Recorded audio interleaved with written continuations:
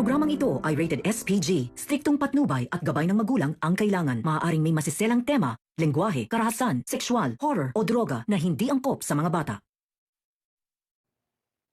Sa kasalukuyan, tila tumitindi ang mga intriga at alingaw-ngaw sa buhay ng mga pangunahing tauhan ng Shining Inheritance.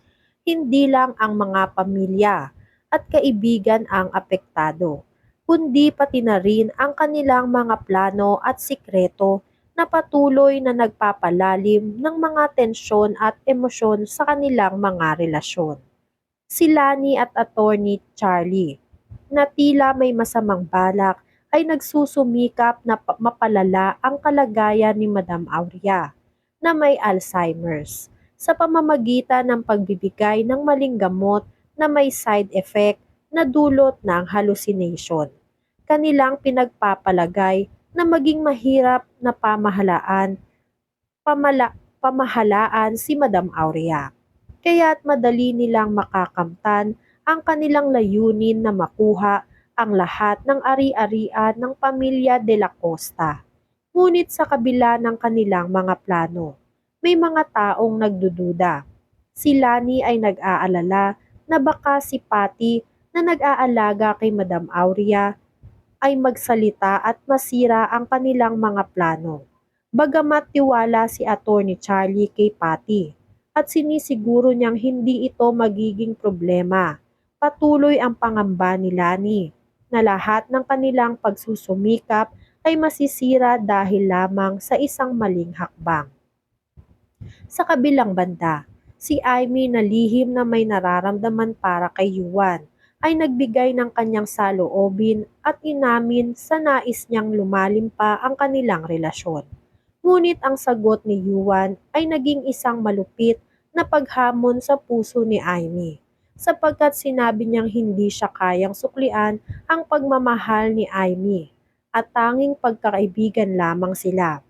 Ang kabiguan ni Amy ay hindi niya inaasahan at lalo pang nagpatindi sa kanyang emosyon.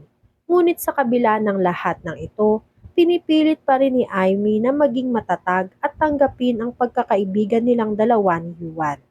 Napansin nga nitong si Lani na umiiyak ang kanyang anak na si Amy. Kaya tinanong niya agad itong si Amy kung ano ang nangyayari sa kanya. Dito inamin ni Amy na nagtapat siya ng tunay na nararamdaman niya para kay Yuan. Ngunit ang salita lang o ang sagot lang sa kanya nitong si Yuan ay hanggang kaibigan lang ang tingin sa kanya ni Yuan. Kaya nasaktan si Lani para sa anak niyang si Amy. Kaya naman nagsabi itong si Lani kay Amy na ipagpatuloy lang ang pagiging pagkakaibigan dito kay Yuan. Dahil pasasaan pa at mahuhulog rin raw ang loob ni Yuan dito kay Amy. At magtatagumpay rin sila sa lahat ng mga plano nila. Samantala, si Joanna na siyang bagong namumuno sa kumpanya ay nagpatuloy sa pagpapakita ng kanyang malupit at makasariling ugali. Ang pagiging walang malasakit niya kay Ina at sa mga taong nagtangkang tulungan siya ay nagdulot ng matinding hitwaan. Si Ina na labis na tinulungan si Joanna dati ay hindi nakayanan ang sobrang pagpapahiya sa kanya. Kaya nagalit siya at pinagsalitaan si Joanna ng matalim. Ngunit sa kabila ng lahat ng pasakit na ito, nahanap ni Ina ang lakas na magpatuloy at magrespeto sa sarili. At ipinaabot ito kay Cecil, na sa kabila ng pagkawala ng trabaho ay nananatiling matatag. Pagkatapos ng lahat ng pangyayaring ito, nagkaroon ng bagong pagsubok sa buhay ni Ina at Cecil nang sila ay mapalayas mula sa kanilang inuupahang bahay dahil hindi na nila kayang magbayad pa. Habang naglalakad sila sa parke, dala-dala ang lahat ng gamit, ramdam ni Cecil ang sakit at pasakit sa pagkawala ng trabaho at tahanan. Ngunit sa kabila ng lahat ng ito, patuloy ang kanilang pagkakaibigan at nagsisilbing lakas sa isa't isa. Kahit na nga sa kabila ng pagpapalayas kay Cecil sa inuupahang bahay niya ay nagkaroon sila ng tampuhan at away ng kanyang nobyo.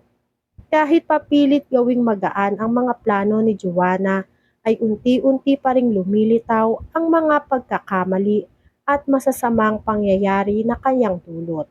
Sa paglipas ng mga linggo, unti-unting nakukuha ni Attorney Charlie ang tiwala ni Juana na siyempre ay nagiging bahagi ng kanyang mas malalaking plano upang tuluyan ng maagaw ang ari-arian ng pamilya de la Costa.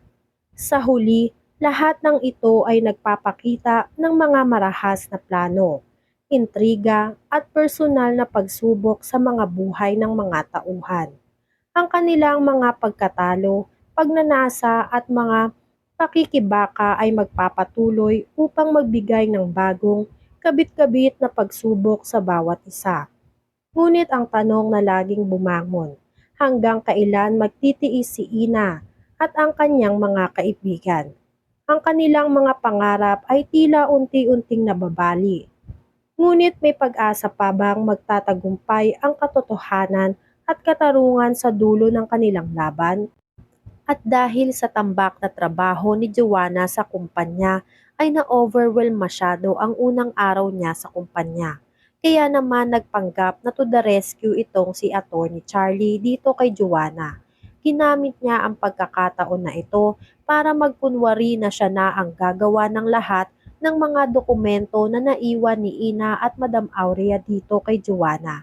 Dahil ramdam daw ni Attorney Charlie na hindi magagawa nitong si Joanna ang lahat na naiwang trabaho ni Ina at Madam Aurea sa kanya. Dahil nag-uumpisa pa lang daw ngayon itong si Joanna. Kaya ramdam na ramdam daw ni Attorney Charlie na kailangan ni Joanna ngayon ang tulong niya. Dito nga ay nagtiwala muli itong si Joanna kay Attorney Charlie na tinutulungan talaga siya at handa siyang tulungan ni Attorney Charlie sa lahat ng gusto niyang mangyari. Pati na rin ang pagbebenta ng bahay nitong si Madam Aurea na napagdesisyonan nito ni Joanna.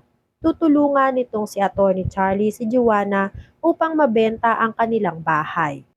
Samantala, nalalagay naman sa peligro ang buhay nitong si Nono.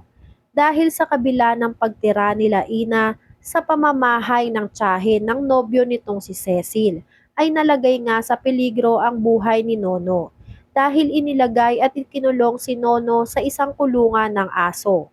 Dahil naririndi na nga itong tiyahin ng nobyo ni Cecil dito kay Nono. Kaya naman ang ginawa ng tiyahin nito ay ikinulong si Nono sa isang kulungan ng aso, dahilan para manikip ang dibdib nitong si Nono. Samantala ito namang si Ina ay naghahanap na ng trabaho dahil kailangan na niyang makahanap ng trabaho para may pantusto sa pang-araw-araw nilang mga gastos. Nakasalubong naman niya itong si Francis na tila susulsulan pa ang kaibigan na may-ari ng coffee shop na huwag tanggapin si Ina dahil baka siraan lang ni Ina ang kaibigan nito.